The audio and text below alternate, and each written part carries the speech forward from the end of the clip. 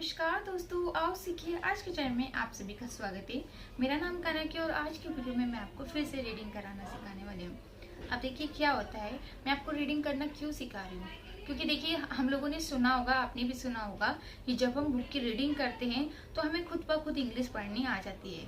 क्योंकि जब बच्चे होते हैं तो हम क्या करते हैं, हिंदी कैसे पढ़ना सिखाते हैं, रोज रीडिंग कराते हैं और उसको जो जो गलतियाँ करता है वो हम बताते हैं।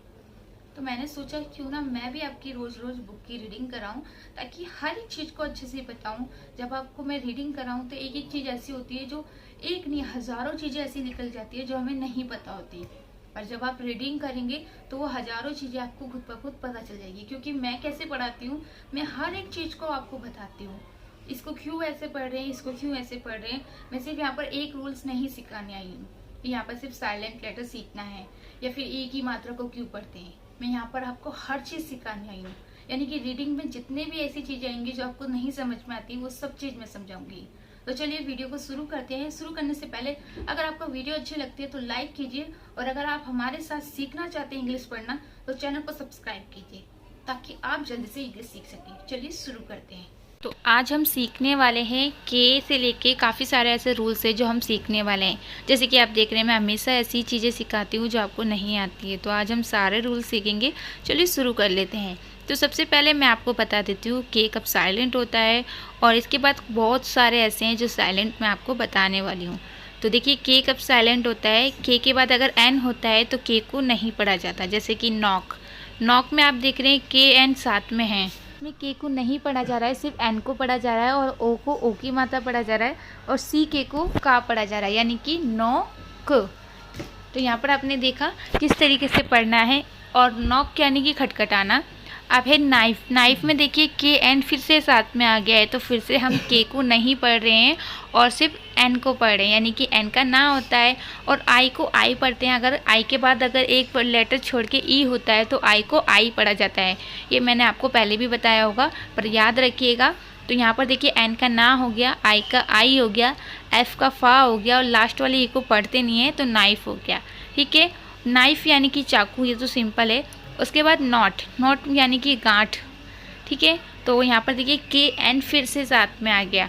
तो के एन साथ में होता है तो के को नहीं पढ़ते हैं, तो के को हम नहीं पढ़ रहे हैं, एन को ना पढ़ रहे हैं, ओ को ओ की मात्रा पढ़ रहे हैं, और टी को टा पढ़ रहे हैं, यानी कि नॉट।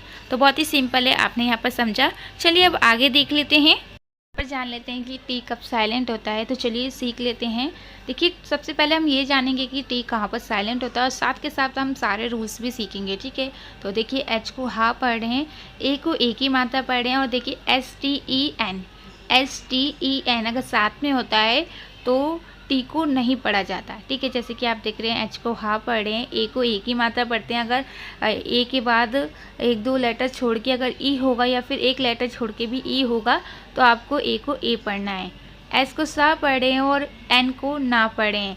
अगर ई एन साथ में होता है तो उसको वैसे भी अन पढ़ते हैं, तो टी को नहीं पढ़ना है, क्योंकि मैंने बोला है कि एस टी ई एन अगर ये चारों साथ में आएंगे तो आपको टी को नहीं पढ़ना है। ठीक है, तो हेसन हो गया। उसके बाद देखिए लिसन, लिसन में आप देख रहे हैं एल को ला पढ़ रहे हैं, आई को ई पढ़ रहे हैं, क्योंकि आई के बाद एक दो लेटर छोड़ के ई है तो आई को ई पढ़ते हैं। उसके बाद देखिए ली हो गया। उसके बाद एस टी ई एन, फिर से चारों साथ में आ गए तो टी को नहीं पढ़ना है।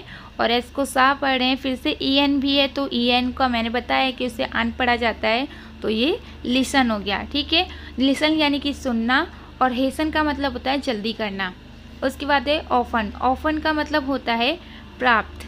ठीक है, तो इसका पहले जान लेते हैं। देखिए ओ को हम ओ पढ़ते हैं अगर वो स्टार्टिंग में होता है, एफ को फा पढ़ रहे हैं, और क्योंकि मैंने ये चीज़ बोली थी कि एस टी ई एन साथ में होगा तो टी को नहीं पढ़ना है, पर अगर एफ टी ई एन साथ में होगा तो भी आपको टी को नहीं पढ़ना है। जैसे कि सॉफन में भी आप देख रहे हैं एफ टी ई एन साथ में है तो इसको नहीं पढ़ रहे हैं, किसको, टी को नहीं पढ़ रहे हैं। तो यहाँ पर उसी तरीके से ई एन फिर से साथ में, ई एन को हम अन पढ़ रहे हैं, तो ये फिर से आप देखिए ओफन हो गया। उसके बाद देखिए सॉफन में भी सिंपल है, एस को सा पढ़ रहे हैं, ओ को ओ की मात्रा पढ़ रहे हैं, क्योंकि ओ बीच में होता है तो वैसे भी ओ को ओ ही पढ़ते हैं। एफ को फा पढ़ रहे हैं, और फिर से एफ टी ई एन साथ में है तो टी को नहीं पढ़ना है। ठीक है। तो वही ई एन फिर से साथ में हो गया, यानी कि एन हो गया, तो सॉफन हो गया। आपको समझ में आ गया। चलिए अब आगे देख लेते हैं। यहाँ पर देखिए एल कब साइलेंट होता है, तो देखिए एल के बाद अगर एम होता है तो एल हमारा साइलेंट होता है। ठीक है। एल के बाद एफ होता है तो भी एल साइलेंट होता है। एल के बाद के होता है तो भी हमारा एल साइलेंट होता है। एल के बाद डी होता है तो भी हमारा एल साइलेंट होता है। तो चलिए एक एक करके समझ लेते हैं अच्छी तरीके से। यहाँ पर देखिए सबसे पहले पी को पा पढ़ रहे हैं, ए को ए की मात्रा यानी कि पा, और एल हमारा साइलेंट है क्योंकि उसके बाद एम है, और एम को माँ पढ़ें यानी कि पाम। पाम का मतलब होता है हथेली। उसी तरीके से सी को हम का पढ़ें, ए को आ पढ़ें, एल के बाद एम है तो एल हमारा साइलेंट होगा, और एम को हम माँ पढ़ते हैं यानी कि काम। काम यानी कि शांति। उसके बाद देखिए हाफ। हाफ में आप देख रहे हैं एच को हा पढ़ रहे हैं, ए को आ पढ़ रहे हैं, एल के बाद एफ है तो फिर से हमारा एल हमारा साइलेंट हो गया है, यानी कि उसको नहीं पढ़ा जा रहा है। तो एच का हा हो गया, ए का आ हो गया यानी कि हा, और एफ का फ हो गया यानी कि हाफ। यानी कि हाफ का मतलब होता है आधा। ठीक है। तो आपको समझ में आ गया। अब देखिए वाक। वाक का मतलब होता है चलना। तो यहाँ पर देखिए डब्लू को वाह पढ़ रहे हैं, और ए को ए की मात्रा पढ़ रहे हैं, और के को का पढ़ रहे हैं, क्योंकि एल के बाद के है तो एल को नहीं पढ़ रहे हैं। तो यहाँ पर सिंपल है, आपको समझ में आ गया। वाक यानी कि चलना। उसके बाद है फॉक। फॉक का मतलब होता है जनसमूह। जैसे कि आप देख रहे हैं एफ को फा पढ़ रहे हैं, ओ को ओ की मात्रा पढ़ रहे हैं, एल के बाद के हैं तो एल को नहीं पढ़ा जा रहा है, तो क्या हो गया, फॉक हो गया। सिंपल है। उसके बाद टॉक।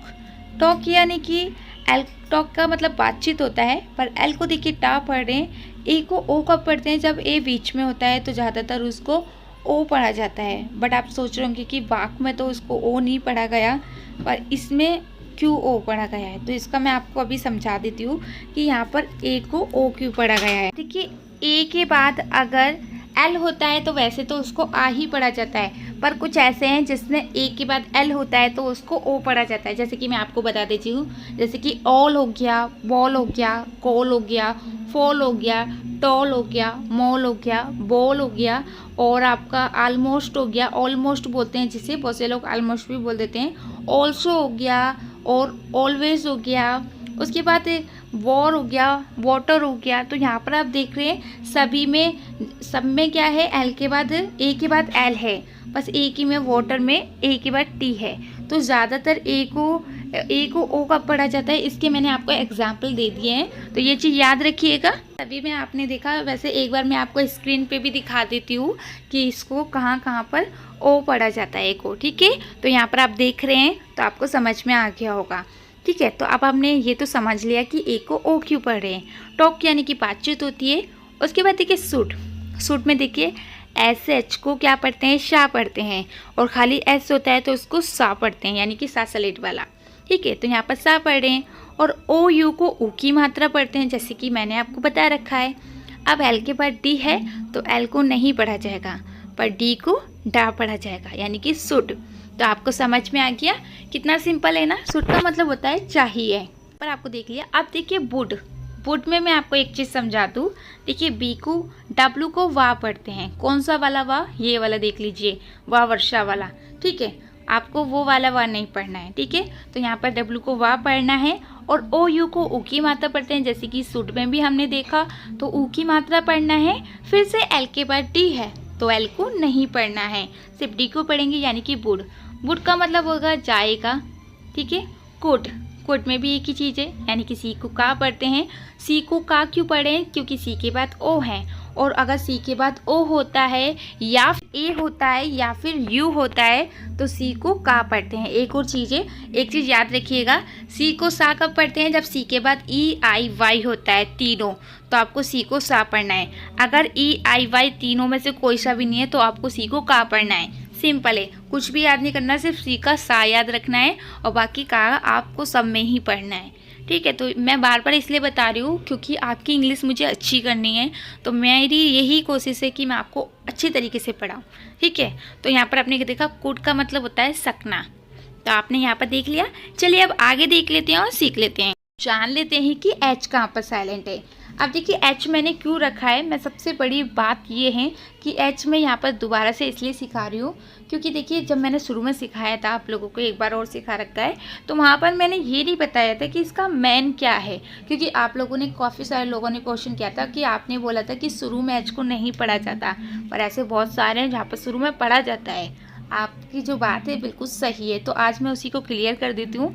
देखिए सबसे पहली बात तो ये कि एच कहाँ पर साइलेंट होता है, मैं सबसे पहले ये बता देती हूँ।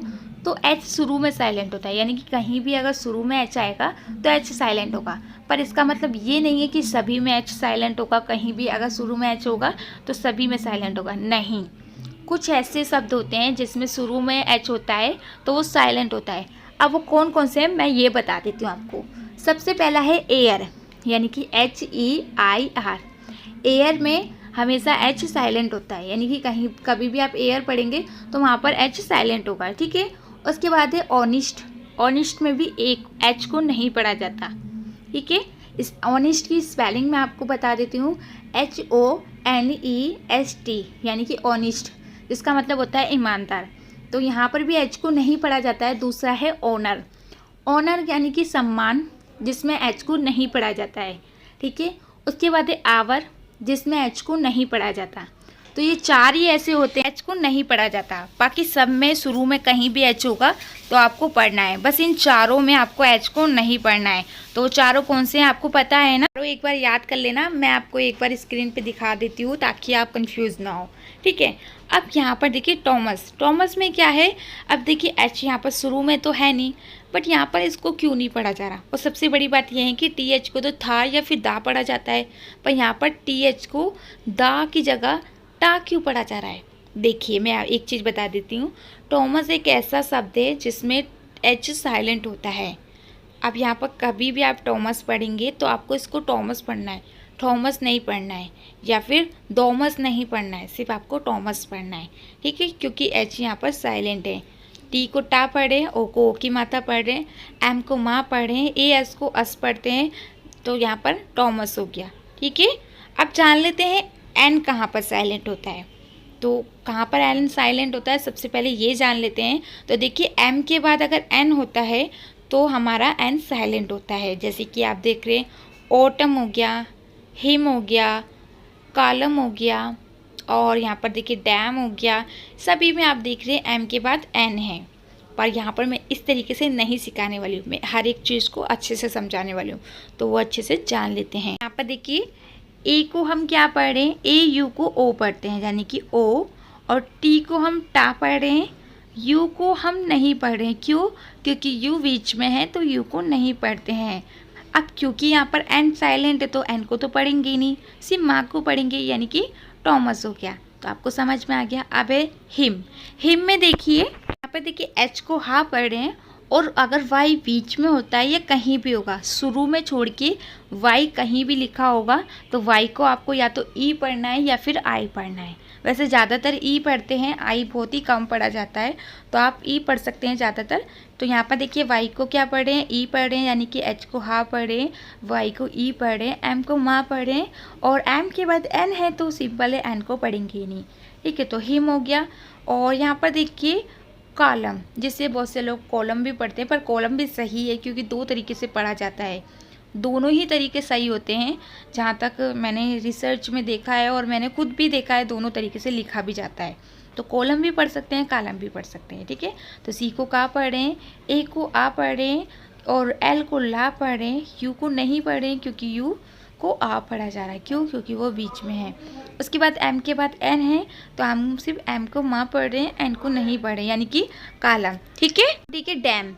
डैम में आप देख रहे हैं डी को डा पढ़ रहे हैं, ए को ए की माता पढ़ रहे हैं, और एम को माँ पढ़ रहे हैं, क्योंकि एम के बाद एन है तो एन को नहीं पढ़ना है। तो डैम यानी कि सिंपल है बद्दुआ देना। तो यहाँ पर आपने सीखा, और बताइएगा कि कौन सी चीज़ें ऐसी है जो आपको समझ में नहीं आई। कल मैंने जो वीडियो अपलोड की थी उसमें कुछ लोगों ने बोला कि कुछ ऐसे थे जो आपने छोड़ दिए, तो इसलिए मैंने अब आपको अच्छे से समझाया है। क्योंकि मैं छोड़ इसलिए देती हूँ ताकि आप ज़्यादा बोर ना हो, पर अगर आपको अच्छा लगता है हर चीज़ समझना तो मैं हर चीज़ समझाऊंगी, आप टेंशन ना लें। तो अगर वीडियो अच्छी लगी तो लाइक कीजिए, लोगों को शेयर कीजिए और सब्सक्राइब कीजिए।